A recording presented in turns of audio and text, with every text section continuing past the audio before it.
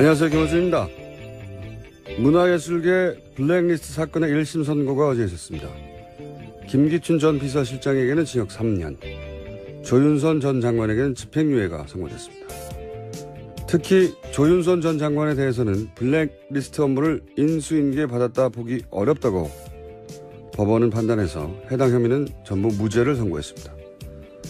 이 무죄 대목이 이해하기 어려운 것은 전임인 박전우 전 정무수석이 후임인 조윤선 전 장관에게 전화로도 만나서도 블랙리스트 업무를 설명했고 처음에 웃으면서 듣던 조 장관이 나중에는 표정이 어두워졌다고 구체적으로 블랙리스트 인수인계에 대해 진술을 했다는 겁니다. 전임이 인수인계했다고 하는데 후임이 안 받았다는 게 저는 이해가 안 갑니다. 엇갈리는 진술이 있긴 합니다. 정관주 전 문체부 1차관은 조 전 장관에게 보고했다면 지원 배제 업무가 중단될 수도 있었는데 그러지 못해서 후회된다는 진술을 했습니다.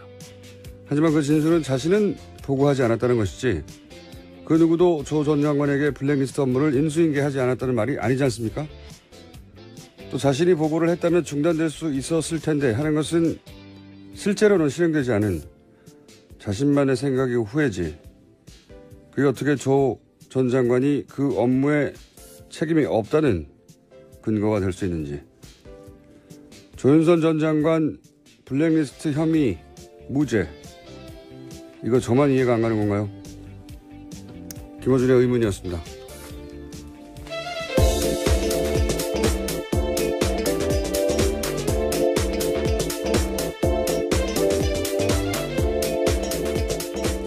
시사인의 김은지입니다. 네. 이 선고는 크게 화제가 되고 있어요. 블랙리스트 네, 관련. 그렇죠. 자, 간단하게 일단 사실관계를 요약해 주세요. 네, 문화예술계 블랙리스트 작성하고 집행하도록 지시한 김기춘 전 비서실장에게는 실형이 선고됐습니다. 블랙리스트의 실체를 법원이 인정한 건데요. 김기춘 전 실장에게 징역 3년을 선고했습니다. 또 김종덕 전 문화체육관광부 장관은 징역 2년, 신동철 전 청와대 국민소통비서관과 정관주 전 문체부 1차관, 김상렬 전 교육문화수석은 징역 1년 6개월의 실형을 선고받았습니다. 김소영 전 청와대 문체비서관만 징역 1년 6개월에 집행유예 2년을 선고받았습니다.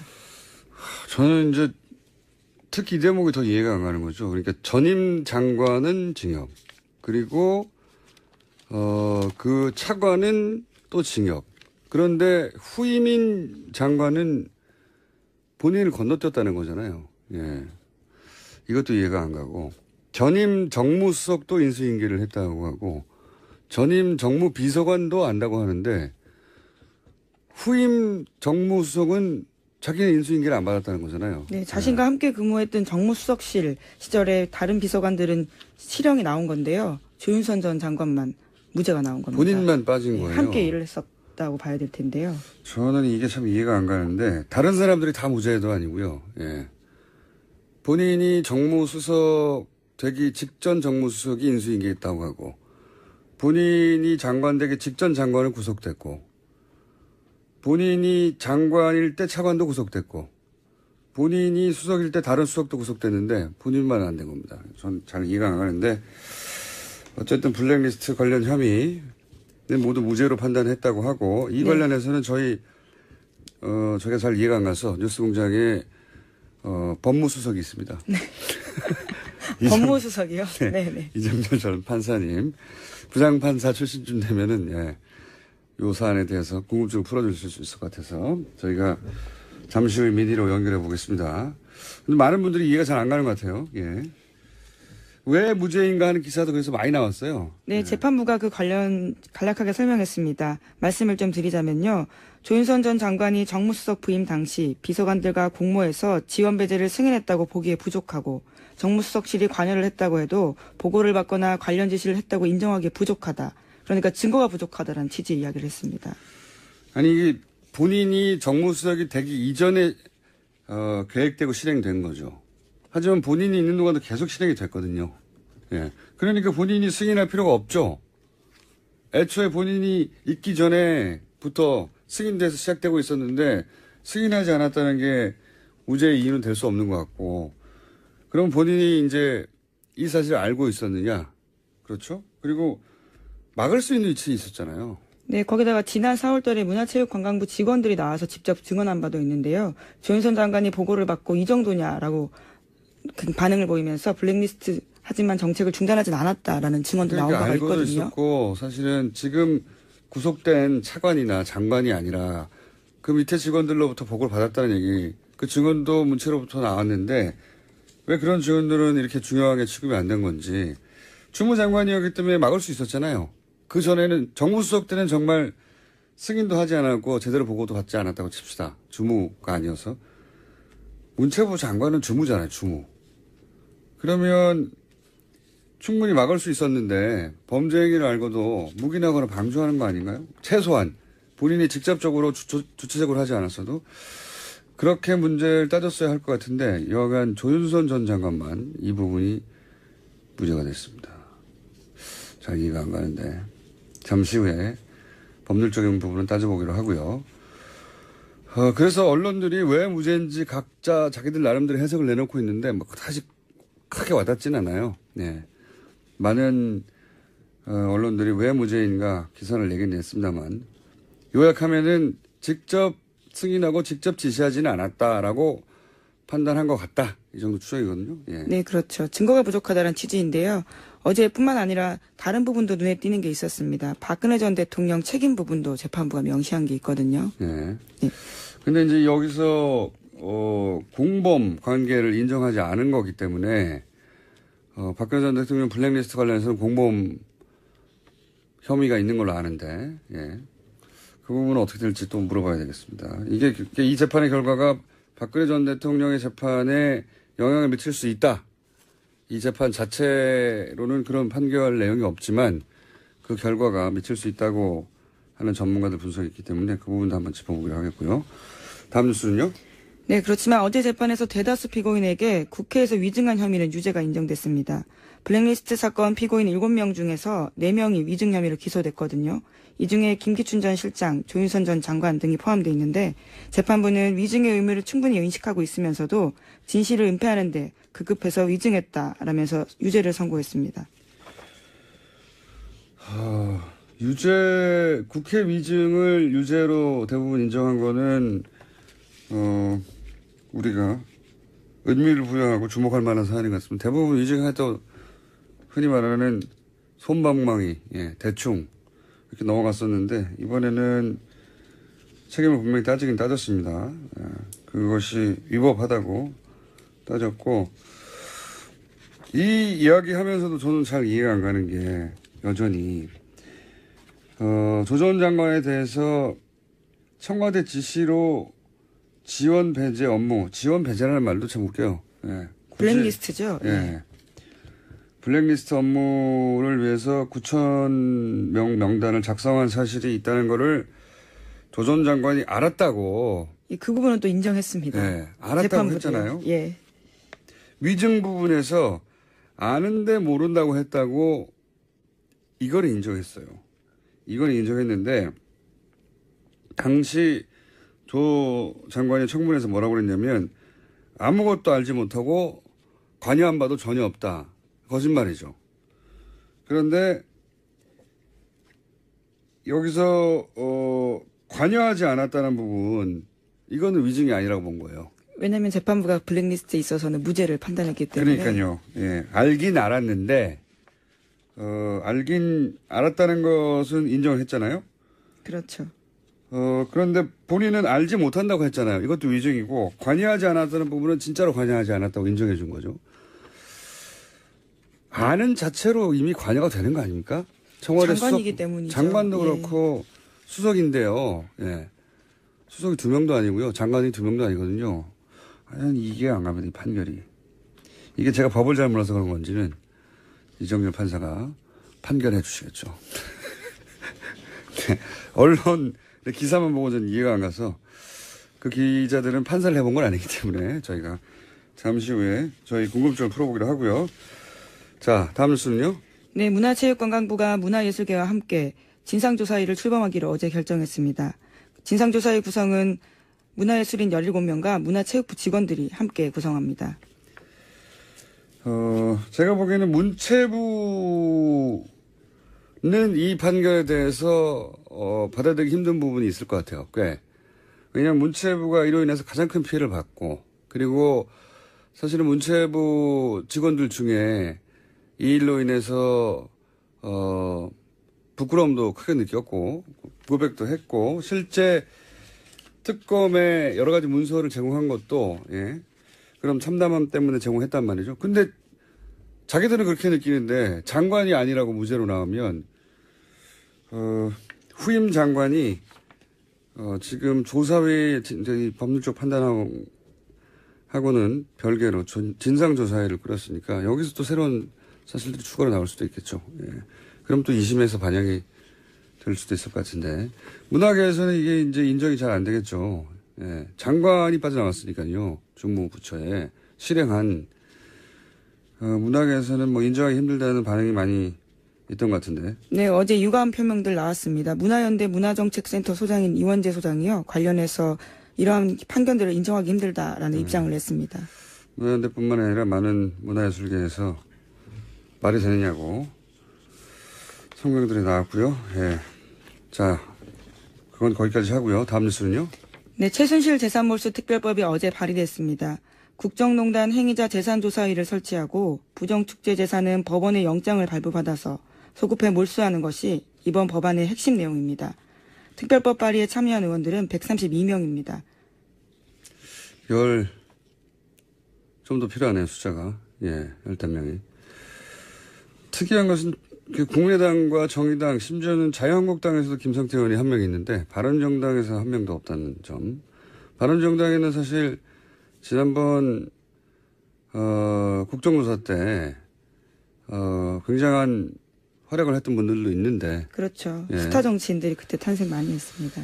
네, 어쨌든 물론 뭐 발의에 서명하지 않았다고 해서 이 법안이 이제 나중에 회의 때 통과시키지 않도록 반대표를 던진다. 뭐 이런 이야기는 아니긴 하지만 여간 참여는 하지 않았습니다. 자, 다음 뉴스는요. 네, 한국마사회 관련된 소식입니다. 한국마사회가 정유라 씨 등 승마 국가대표 선수단을 지원하기 위해서 마사회 예산을 쓰는 방안을 지난해 1월 초 현명관 당시 회장에게 보고한 사실이 확인됐다라는 보도입니다. 이게 오래돼가지고요. 이게 무슨 뉴스인지 잘 모르실 텐데 간단 요약하면은 삼성이 회장사인 대한승마협회가 최순실 씨에게 뭐 말을 지원하고 여러 가지 지원 계획이 있었다는 건 이제 확실한데 밝혀졌는데 그런데 마사회는 상관없다고 그랬거든요. 그래서 부인했었어요. 우리는 상관없다고. 그렇죠. 계속해서 그런 입장이었습니다. 네. 근데 이제 마사회 회장도 삼성 출신이란 말이죠. 현명관 당시 회장. 여기서는 계속 우리는 최순실 정유라 지원한 적 없다고 했는데 알고 봤더니 처음에는 1,000억대, 나중에는 몇백억대, 나중에는 최종적으로 몇십억대 지원 계획이 있었던 거죠. 예. 계획이 있었던 거고 정유라 지원 계획이 실제 있었다는 거고 그리고 이게 실행되지 않은 이유는 이제 마사회에서 박재홍 전 국가대표 감독. 네, 승마단 감독입니다. 이 감독을 정유라 지원을 위해서 독일에 보냈어요. 근데 이분이 갔다가 보니까 정유라 가르치는 건 못 해먹겠다고 귀국을 했거든요. 여러 가지 이유로. 아니 다른 선수들은 하나도 없고 선수라고는 정유라는 훈련도 안 하고 지원도 없고 그리고 돈은 중간에서 빼먹고 이분이 귀국을 했어요. 귀국을 해서 항의를 했단 말이죠. 이 문제. 그 문제가 불거지기 시작하자 그 지원 대책이 실행에 옮겨지지 못한 것이지 그렇게 실행에 옮겨지지 못하자 우리는 한 적이 없다고 부인하고 있었는데 이제 계획이 있었다는 사실이 확인된 거죠. 예, 해당 문건이 나온 겁니다. 그러니까 뭐 한마디로 말해서 대한승마협회 마사회 말과 관련된 모든 기관들이 정유라 지원을 위해서 계획을 가지고 있었다는 그런 이야기입니다. 그게 계속 부인했는데 증거가 나왔다는 얘기입니다. 예. 전방위로 정유라 선수 하나를 왜 지원했겠어요? 그거는 최순실 혼자만의 힘으로 됐겠는가. 당연히 박근혜 대통령의 뒤에서의 승인이 있지 않겠는가. 뭐 이런 그런 입증하기 위한 물증 하나 더 나온 거죠. 예. 자, 잠시 후에 저희가 바로 이정열 판사 연결해야 되기 때문에 오늘 좀 짧게 해야 될 것 같은데 제목 정도만 체크하고 넘어갑시다. 예. 네, 박근혜 전 대통령의 청와대에서 직무정지 중에도 업무 추진비를 하루에 800만 원꼴로 썼다라는 보도도 나왔습니다. 지금 현 정부는요? 예, 현 정부 같은 경우에는 하루에 760만 원 정도 차이가 납니다. 예. 출범초기에 매일매일 일하는 정부보다 직무 정지됐을 때 돈을 더 많이 썼다는. 네, 예. 그렇죠. 814만 원 꼴입니다. 평균. 예. 근데 이건 액수가 문제가 아니고 돈을 어디다 썼냐 이거죠. 지금 현 정부는 돈 쓰는 게 다 확인이 되는데. 예, 계속 공개하고 있습니다. 매일매일 확인이 되거든요. 어디다 얼마 썼고. 이 814만 원은 액수도 직무 정지된 당시 청와대로는 많지만 많은 게 문제가 아니라 돈을 어디다 썼는지를 모른다는 거예요. 예, 대통령 기록관으로 이관해서 내역을 확인할 수 없는 상황입니다. 어디다 썼을까요? 네. 자, 다음 뉴스. 제목 정도 체크합시다. 예. 네, 홍준표 자유한국당 대표가 담배값 인하에 대해서 발언을 다시 한번 했습니다. 그러자 당내에서도 반발이 있습니다. 담배값 인하는 사실은 원내에 있는 의원들은 이게 분위기가 안 좋다는 게 느껴지거든요. 사실 이 기분이 나쁜 겁니다. 기분이. 그러니까 그 담배값을 인상한다면 기분이 좋아야 되잖아요. 흡연자들은. 그런데 아니 우리를 뭘로 보고 이렇게 이랬다 저랬다 하나 기분이 나쁜 거거든요. 우리를 바보 취급하나 사람들이 그 정서적 반응을 잘 이해 못하는 게 있는 거고 또 하나는 홍준표 대표의 힘을 빼는 거죠. 예, 왜냐하면 이제 곧이어 지방선거가 있기 때문에 여기서 힘을 빼놓지 않으면 홍준표 대표가 주도해서 지방선거에서 이제 친박 진영에 공천이라든가 이런데 너무 크게 하여튼 힘을 빼깁니다. 네, 요 얘기는 하다 말아야 되겠네요. 나중에 한번 좀 다루기로 하고요. 여기까지 하겠습니다. 네, 시사인의 김은지였습니다. 감사합니다. 전임이 인수인계했다고 하는데 후임이 안 받았다는 게 저는 이해가 안 갑니다. 엇갈리는 진술이 있긴 합니다. 정관주 전 문체부 1차관은 조 전 장관에게 보고했다면 지원 배제 업무가 중단될 수도 있었는데 그러지 못해서 후회된다는 진술을 했습니다. 하지만 그 진술은 자신은 보고하지 않았다는 것이지 그 누구도 조 전 장관에게 블랙리스트 업무를 인수인계하지 않았다는 말이 아니지 않습니까? 또 자신이 보고를 했다면 중단될 수 있었을 텐데 하는 것은 실제로는 실행되지 않은 자신만의 생각이고 후회지. 그게 어떻게 조 전 장관이 그 업무에 책임이 없다는 근거가 될 수 있는지. 조윤선 전 장관 블랙리스트 비서관들은 실형이 나온 건데요. 조윤선 전 장관만 무죄가 나온 겁니다. 본인만 빠진 거예요. 함께 일을 했었다고 봐야 될 텐데요. 저는 이게 참 이해가 안 가는데 다른 사람들이 다 무죄도 아니고요. 예. 본인이 정무수석 되기 직전 정무수석이 인수인계했다고 하고 본인이 장관 되기 직전 장관은 구속됐고 본인이 장관일 때 차관도 구속됐고 본인이 수석일 때 다른 수석도 구속됐는데 본인만 안 된 겁니다. 전 잘 이해가 안 가는데 어쨌든 블랙리스트 관련 혐의는 모두 무죄로 판단했다고 하고 이 관련해서는 저희가 잘 이해가 안 가서 뉴스공장에 법무수석이 있습니다. 네. 법무수석이요? 네. 네. 안녕하세요. 김호준입니다. 문화예술계 블랙리스트 사건의 1심 선고가 어제 있었습니다. 김기춘 전 비서실장에게는 징역 3년, 조윤선 전 장관에게는 집행유예가 선고됐습니다. 특히 조윤선 전 장관에 대해서는 블랙리스트 업무를 인수인계 받았다 보기 어렵다고 법원은 판단해서 해당 혐의는 전부 무죄를 선고했습니다. 이 무죄 대목이 이해하기 어려운 것은 전임인 박전우 전 정무수석이 후임인 조윤선 전 장관에게 전화로도 만나서도 블랙리스트 업무를 설명했고 처음에 웃으면서 듣던 조 장관이 나중에는 표정이 어두워졌다고 구체적으로 블랙리스트 인수인계에 대해 진술을 했다는 겁니다. 비서관과 정관주 전 문체부 1차관, 김상렬 전 교육문화수석은 징역 1년 6개월의 실형을 선고받았습니다. 김소영 전 청와대 문체비서관만 징역 1년 6개월에 집행유예 2년을 선고받았습니다. 저는 이제 특히 이 대목이 더 이해가 안 가는 거죠. 그러니까 전임 장관은 징역, 그리고 그 차관은 또 징역. 그런데 후임인 장관은 본인을 건너뛰었다는 거잖아요. 예. 이것도 이해가 안 가고, 전임 정무수석도 인수인계를 했다고 하고, 전임 정무비서관도 안다고 하는데, 후임 정무수석은 자기는 인수인계를 안 받았다는 거잖아요. 네, 자신과 함께 근무했던 정무수석실 시절에 다른 혐의, 무죄. 이거 저만 이해가 안 가는 건가요? 김어준의 의문이었습니다.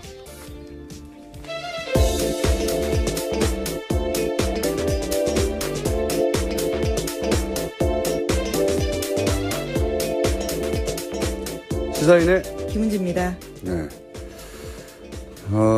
이 선거는 크게 화제가 되고 있어요. 블랙리스트 네, 관련. 그렇죠. 자, 간단하게 일단 사실관계를 요약해 주세요. 네, 문화예술계 블랙리스트 작성하고 집행하도록 지시한 김기춘 전 비서실장에게는 실형이 선고됐습니다. 블랙리스트의 실체를 법원이 인정한 건데요. 김기춘 전 실장에게 징역 3년을 선고했습니다. 또 김종덕 전 문화체육관광부 장관은 징역 2년, 신동철 전 청와대 국민소통